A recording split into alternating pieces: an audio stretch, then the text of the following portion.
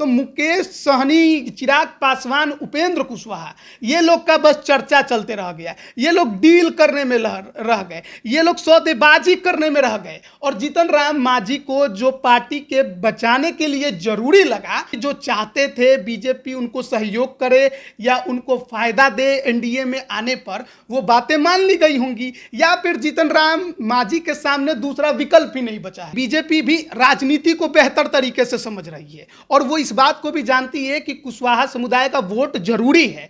तो उपेंद्र कुशवाहा की जो अब तक राजनीति रही है, वो सिद्धांतों की बात तो जरूर करते हैं, लेकिन सिद्धांतों पर टीके थोड़े कम रहते हैं। जाहिर है अगर उनका भी डील हो गया होगा बीजेपी के साथ कि कितनी सीटें उनको मिलेंगी। देखिए, पिछली बार 14 में 3 सीटें उनको मिली थी, तीनों सीटों पर उनकी पार्टी ने चुनाव जीता था, जहानाबाद, काराकाट और सीतामढ़ी। अभी भी उनकी पार्टी के तरफ से 3 सीटों की ही दावेदारी होगी, लेकिन इस बार थोड़ा मामला फंसा है। चिराग पासवान को मांझी जी के आने से नुकसान होगा, मुझे नहीं लगता है कि इतना बड़ा कुछ नुकसान होने वाला है। चिराग पासवान का अपना बड़ा फैक्टर है, चिराग पासवान की अपनी एक अलग लोकप्रियता है और उनका अपना एक जनाधार है। और ऐसे में एक बात तय है, पासवान वोटर चाचा के साथ तो नहीं है, वो चिराग के साथ है। तो चिराग पासवान को बीजेपी छोड़ देगी ये मैं नहीं मानता हूं, लेकिन पारस जी का इस्तेमाल चिराग पासवान को ब्लैकमेल करने के लिए जरूर किया जा सकता है। अब मुकेश सहनी का दावा है कि जितनी सीट आप चिराग पासवान को दीजिएगा उतनी ही सीट हमको चाहिए, उससे एक कम पर हम नहीं मानेंगे। लेकिन अभी तक लोजपा की जो सीटें रही हैं वो 6 सीटें एनडीए से मिलती रही हैं। 2014 में 7 सीटें मिली थी, 2019 में 6 सीटें प्लस एक राज्यसभा मिला था। तो चिराग पासवान उतना ही चाहते हैं फिर से कि दोबारा हमको वो रिपीट कर दीजिए, भले सीटें अलग अलग हो जाए।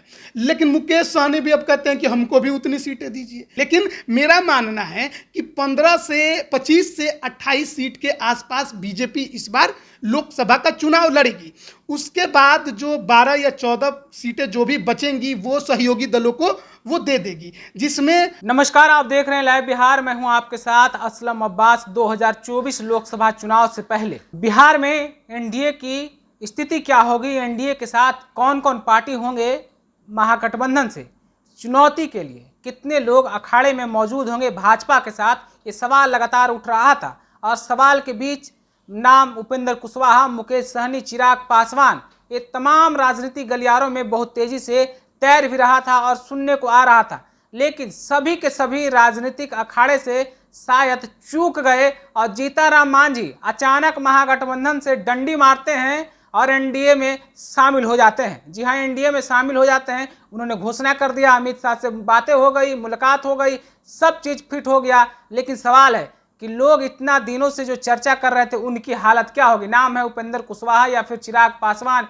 या मुकेश सहनी की। तो इसी पर हम चर्चा के लिए आज हमारे साथ मेरे सहयोगी राजमोहन तिवारी हैं, वो बताएंगे कि क्या कुछ हालात है बिहार में एनडीए का अस्तित्व और फिर जीतन मांझी का अचानक महागठबंधन छोड़ना और एनडीए में आ जाना, बाकी लोग की हालत क्या हो। देखिए, एक बात तो तय हो गई है कि बड़े बड़े धुरंधर नाम जो थे वो पीछे हो गए और बाजी किसने मार ली, तो जीतन राम मांझी ने। अब तक महागठबंधन के हिस्सा थे, मंत्री भी उनके बेटे थे संतोष सुमन, और मलाई कह सकते हैं कि पोस्ट पर बने हुए थे।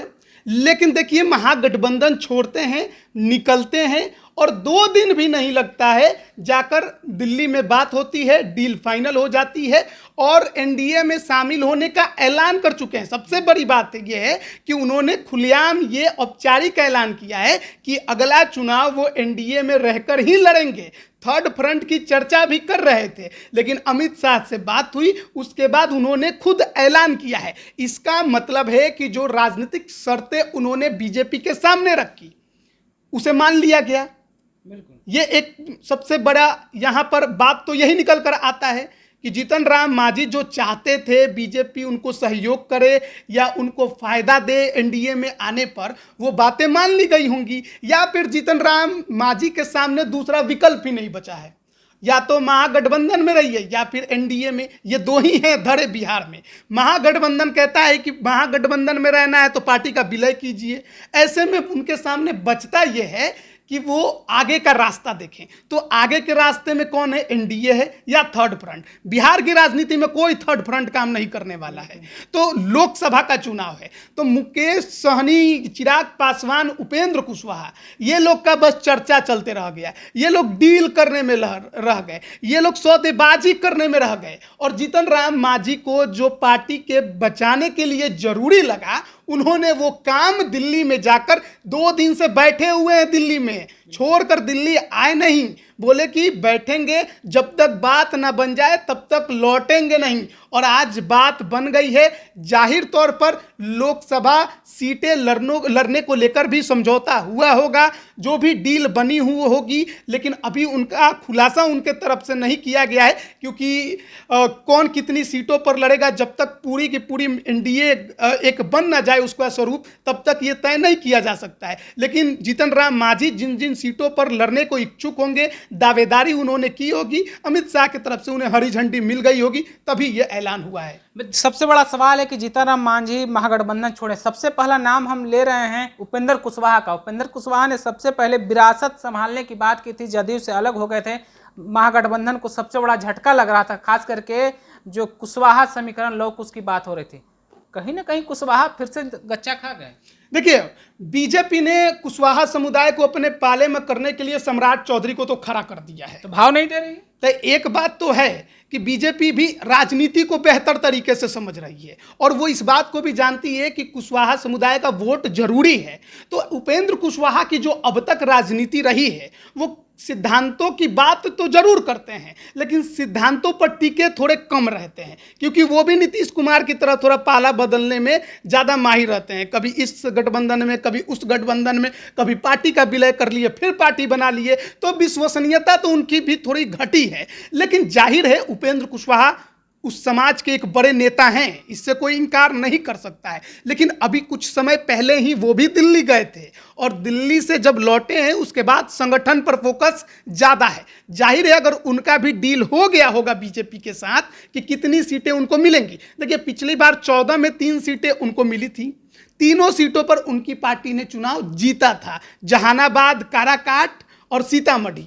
अभी भी उनकी पार्टी के तरफ से 3 सीटों की ही दावेदारी होगी। लेकिन इस बार थोड़ा मामला फंसा है, क्योंकि जहानाबाद लोजपा रामविलास के खाते में जाती नजर आ रही है। तो ऐसे में काराकाट तो उपेंद्र कुशवाहा ही लड़ेंगे, सीतामढ़ी पर दावेदारी है, लेकिन एक सीट मोतिहारी वाली जो है, जिस पर राधा मोहन सिंह अभी सांसद हैं, उस पर दावेदारी है। तो वो एक सीट का मामला फंसा हुआ है। तय तो बीजेपी को करना है कि उपेंद्र कुशवाहा को 3 सीट दे या 2 सीट दे। अगर डील हो भी गई होगी तो भी अभी खुलासा तो वो नहीं कर सकते हैं, क्योंकि एनडीए का स्वरूप बनना अभी बाकी है। लेकिन डील नहीं भी हुई होगी, हो सकता है 2 सीटों की हरी झंडी मिल गई हो, 1 सीट पर मामला फंसा हो, इसलिए उपेंद्र कुशवाहा ने भी एनडीए में शामिल होने को लेकर ऐलान नहीं किया है। अब तक कभी नहीं कहा कि हम एनडीए में हैं या एनडीए से लड़ेंगे। वो कहते हैं कि गठबंधन पर बात आगे होगी। और इसी तरह मामला कुछ चिराग पासवान का फंसा हुआ है। चिराग का मामला तो सबसे ज्यादा पेचीदा है। अब सबसे ज्यादा पेचीदा इसलिए है क्योंकि चाचा भतीजे की लड़ाई है। चाचा पहले से एनडीए में रोकेंगे हम। चिराग पासवान का बात हो रहा है, चाचा का बात भी हो रहा है। तो जिस तरीके से मांझी दलित समुदाय से आते हैं, बिहार के मुख्यमंत्री रह चुके हैं, बड़ा चेहरा है, दलितों में अच्छी पकड़ मांझी। अब चिराग का क्या होगा, चिराग का मामला क्या होगा? देखिए, जाहिर तौर पर जीतन राम मांझी दलितों के एक बड़े फेस हैं और वोट बैंक भी वो खींच सकते हैं। लेकिन देखिए, दोनों के जो वोटर हैं वो अलग अलग हैं। मुसहर समुदाय का वोट बैंक अलग है, पासवान समुदाय का वोट बैंक अलग है। मांझी समुदाय जीतन राम मांझी के चेहरे पर वोट करता है, कुछ करता होगा, कुछ नहीं भी करता होगा। लेकिन पासवान समुदाय पूरा का पूरा जो है वो चिराग पासवान या रामविलास पासवान के चेहरे पर ही वोट करता रहा है। वो मांझी जी के चेहरे पर वोट नहीं करने वाला है। तो चिराग पासवान को मांझी जी के आने से नुकसान होगा, मुझे नहीं लगता है कि इतना बड़ा कुछ नुकसान होने वाला है। चिराग पासवान का अपना बड़ा फैक्टर है। चिराग पासवान की अपनी एक अलग लोकप्रियता है और उनका अपना एक जनाधार है, जिसमें केवल पासवान नहीं बल्कि अलग अलग वर्ग के युवाओं का भी जुड़ाव देखने को मिलता है। उनसे फॉरवर्ड भी नाराज नहीं होता है, उनसे फॉरवर्ड भी नाराज नहीं है। तो सबसे बड़ी बात चिराग पासवान के पक्ष में यही जाती है, उनका वोट बैंक पूरी तरह से अलग है और जीतन राम मांझी से ज्यादा है। यह सबसे बड़ी बात है, ज्यादा है वोट बैंक। तो चिराग पासवान की लड़ाई, चाचा भतीजे की लड़ाई, एनडीए में शामिल होने में सबसे बड़ा पेच यही है। चाचा पहले से एनडीए में शामिल है, केंद्र में मंत्री भी हैं। आज चाचा को बर्बाद करने की कोशिश में लगे हैं चिराग पासवान, क्योंकि चाचा ने तो पहले बर्बाद किया है, सब कुछ छीन लिया, तोड़ लिया, पार्टी कार्यालय तक नहीं छोड़ा। चिराग पासवान ने अपनी राजनीतिक दूरी पार्टी टूटने के बाद ज़्यादा मजबूत की है।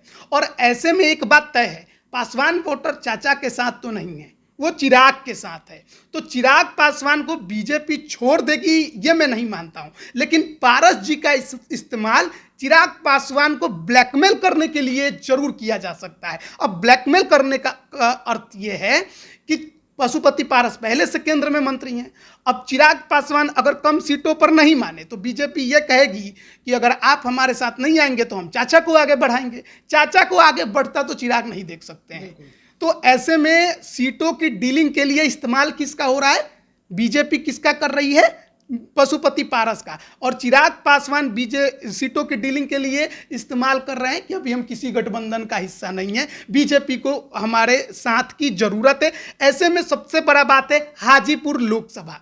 हाजीपुर चिराग लड़ना चाहते हैं, चाचा मौजूदा सांसद हैं, अब ये तो उनको चाहिए। एनडीए में घुसने के लिए चिराग का यह भी दावा है कि चाचा को पहले मंत्रिमंडल से बाहर निकालिए, ये भी दावा है। इसके अलावा उनकी दावे पहले हैं कि लोजपा जितनी सीटों पर पहले लड़ती थी 6 सीटें, उतनी सीटें हमको फिर मिलनी चाहिए। सब दावों के बीच में अब सवाल है कि मुकेश सहनी का क्या होगा। जिस तरीके से भाजपा से मनमुटाव दिखा था, उनके विधायकों का भाजपा में शामिल कराया गया था, अब मुकेश सहनी क्या पेंडुलम की तरह इधर उधर घूमते रहे? देखिए, मुकेश सहनी के सामने राजनीति को अब परिपक्वता से समझने की जरूरत है। आप जब दूसरे पार्टी के नेताओं को अपने पाले में लेकर टिकट देंगे तो वो आपके थोड़े हो जाएंगे, कल को तो वो उसी के साथ जाएंगे जिसके वो हैं और जिनसे उनको ज़्यादा फायदा होने वाला है। तो मुकेश सहनी ने जो किया वो उन्होंने भुगता, लेकिन अब मुकेश सहनी की राजनीति बदली है। अब मुकेश सहनी ने सरकारी बंगला छोड़ दिया, यानी कि एक इशारा उन्होंने बीजेपी के तरफ किया कि हम आने को तैयार हैं। केंद्र की सुरक्षा जो मिली उसे भी स्वीकार कर लिया। लेकिन अब मामला यहाँ भी कहाँ फंस रहा है? यहाँ भी मुकेश सहनी के लिए मामला सीट में जाकर फंस रहा है। अब मुकेश सहनी का दावा है कि जितनी सीट आप चिराग पासवान को दीजिएगा उतनी ही सीट हमको चाहिए, उससे एक कम पर हम नहीं मानेंगे। अब चिराग पासवान की पार्टी लोजपा पुरानी पार्टी है, नई पार्टी तो है नहीं, 6 सीटों पर एनडीए से लड़ते आ रही है। अब भले इस बार चाचा भतीजे में बंटवारा हो जाए तो 4 उधर मिल जाए, 2 इधर मिल जाए, या फिर दोनों एक हो जाए तो 6 मिल जाए और एक राज्यसभा मिल जाए। लेकिन अभी तक लोजपा की जो सीटें रही हैं वो 6 सीटें एनडीए से मिलती रही हैं। 2014 में 7 सीटें मिली थी, 2019 में 6 सीटें प्लस एक राज्यसभा मिला था। तो चिराग पासवान उतना ही चाहते हैं फिर से कि दोबारा हमको वो रिपीट कर दीजिए, भले सीटें अलग अलग हो जाए। लेकिन मुकेश सहनी भी अब कहते हैं कि हमको भी उतनी सीटें दीजिए। तो यहाँ पर बात सीटों के लिहाज से बराबरी की मुकेश सहनी कर रहे हैं, जो कि बीजेपी, मुझे नहीं लगता है कि ये हो पाएगा बीजेपी के साथ, क्योंकि बीजेपी का अभी हाल ही में दिल्ली में जो बैठक हुआ था वो भी आपको याद होगा, जिसमें कहा गया कि 30 सीटें बीजेपी लड़ेगी और 10 सीटें सहयोगी दलों की थी। ये हो सकता है? आप इतने सहयोगी दलों को ला रहे हैं, चिराग आ जाए, कुशवाहा जी आ जाए, मांझी जी आ जाए, सहनी जी आ जाए, पारस जी पहले से मौजूद है, 10 सीटें आप कैसे बांटिएगा? एक सीट दीजिएगा, 2 सीट दीजिएगा, सवाल तो नहीं है। लेकिन जैसे छोटे छोटे जो राजनीतिक दल होते हैं वो अपने बड़े राजनीतिक दलों पर प्रेशर पॉलिटिक्स करते हैं कि 2 लड़ने की तैयारी है तो 5 का दावा ठोक दिए ताकि थोड़ा प्रेशर बने। वैसे ही बड़ी पार्टियां भी प्रेशर बनाती है, खबर निकाल के कि 30 में हम लड़ेंगे, 10 में इन लोगों को बांट देंगे। अब इन लोग के अंदर खलबली मचेगा तो जल्दी जल्दी डील करने आएगा लोग। तो ये एक प्रेशर पॉलिटिक्स की गई। लेकिन मेरा मानना है कि 25 से 28 सीट के आसपास बीजेपी इस बार लोकसभा का चुनाव लड़ेगी। उसके बाद जो 12 या 14 सीटें जो भी बचेंगी वो सहयोगी दलों को वो दे देगी, जिसमें लोजपा को तो 6 सीट ही मिलेगा, चाहे इंटेक्ट हो जाए या फिर अलग अलग रहें, 4-2 फिर हो जाएगा तो 6 सीट ही मिलेगा। उपेंद्र कुशवाहा को 3 सीटें मिल सकती हैं तो 9 सीट तो ये हो गए। जीतन राम मांझी ने डील कर लिया है तो 1-2 सीट का तो डील हुआ ही होगा, इससे कम तो गया तो लड़ेंगे ना, गया तो नहीं छोड़ेंगे, तो 1-2 सीट की वहाँ डील होगी। और मुकेश सहनी को भी 1-2 सीट से ज़्यादा मिलने वाला मुझे नहीं लगता कि है। तो बीजेपी के सामने ये एक है कि मुझे इस हिसाब से सीटें बांट देनी है, लेकिन क्योंकि डील बन नहीं पा रही है, कुना कुशवाहा जी से मोतिहारी वाला मामला फंस जा रहा है, चिराग पासवान के साथ चाचा वाला मामला फंस जा रहा है, और मुकेश सहनी का तो दावा ही अलग है कि भैया हमको अब चिराग का डील फाइनल होगा तब तो पता चलेगा कि मुकेश सहनी को कितनी सीट मिलेगी। तो ये एक अलग ही मामला फंस जा रहा है। तो ऐसे में मुकेश सहनी के साथ एक और मामला है। अब उनका है कि हमको मुजफ्फरपुर भी चाहिए, हमको दरभंगा भी चाहिए, हमको आरा भी चाहिए, हमको जहानाबाद भी चाहिए। तो सारे बीजेपी के जो सेफ सीट हैं उस पर ही दावा ज़्यादा ठोक रहे हैं। तो सारे सेफ सीट तो आप ही को मिल नहीं जाएंगे, वो तो दूसरे को मिलेंगे। तो ये गठबंधन का स्वरूप जब फाइनल होगा तब सीटों का समीकरण एनडीए के अंदर समझ में आएगा। लेकिन एक चीज़ तय है कि जीतन राम मांझी अब बिहार की राजनीति करते आपको नहीं नजर आएंगे। वो दिल्ली की राजनीति करेंगे, या तो वो राज्यसभा में चले जाएं या फिर वो राज्यपाल बन जाएं। उससे भी बड़ी बात जीतन राम मांझी के सामने ये है कि 24 में बेटे का कार्यकाल एमएलसी वाला खत्म हो रहा है, रिचार्ज बीजेपी करेगी? ये एक सवाल है ना। तो राज्यसभा भी मिल जाए या राज्यपाल, दोनों में से एक, एमएलसी भी मिल जाए और 2 सीट भी मिल जाए, तो सवाल ही नहीं होता है। फिर तो लोकसभा में केवल 1 ही सीट मिलेगा। तो ये अब देखना है कि आगे चलकर गठबंधन का स्वरूप कैसे बनता है। लेकिन मुझे लगता है कि जीतन राम मांझी जी की डील हो गई है और उस डील से वो सहमत हो गए हैं, तभी उन्होंने गठबंधन का ऐलान कर दिया है, एनडीए में जाने का ऐलान कर दिया है। उनके सामने अब विकल्प भी नहीं बचा था। महागठबंधन के अलावा अब कहीं जाना है तो वो एनडीए है। और अगर बीजेपी उनके साथ सौदेबाजी अपने ढंग से भी की होगी तो जीतन राम मांझी मन मार के एनडीए में शामिल होंगे, क्योंकि पार्टी का अस्तित्व न बचाना था। तो ये सवाल उनके सामने है। लेकिन कुशवाहा, चिराग और मुकेश सहनी, ये तो तय है कि ये लोग डील करने में फिलहाल पिछड़ गए हैं। अब पिछड़े हैं तो कितना आगे बढ़कर अब डील करेंगे और कितना जल्दी बिहार में एनडीए का स्वरूप तय हो जाए, ये जरूरी है। क्योंकि विपक्षी दलों की बैठक तो अब हो रही है, तो बीजेपी को भी बिहार में अपना ताकत दिखाने का जरूरत है। और खबर है कि अगले महीने तक बिहार में एनडीए का जो स्वरूप है वो तय हो जाएगा। तो जीतन राम मांझी के एनडीए में शामिल होने के बाद से बिहार की राजनीति में खास करके जो एनडीए की बात हो रही थी, बीजेपी की बात हो रही थी, कितना कुछ बदलाव हुआ है। क्या मुकेश सहनी, उपेंद्र कुशवाहा, चिराग पासवान पिछड़ गए, ये लोग पीछे रह गए? तमाम बातों को आपने सुना है, समझा है। अब देखना होगा कि एनडीए का स्वरूप क्या होता है। लोकसभा चुनाव तक एनडीए किस तरीके से महागठबंधन को पछाड़ने के लिए अपनी मजबूत मंशा और टीम तैयार करती है। आप फिलहाल आप इस खबर के बारे में क्या समझते हैं? आप अपनी राय कमेंट करके जरूर बताइएगा। फिलहाल बने रहिए लाइव बिहार के साथ। आपका बहुत बहुत धन्यवाद। लाइव बिहार यूट्यूब पर सब्सक्राइब और फेसबुक पर लाइक जरूर करें।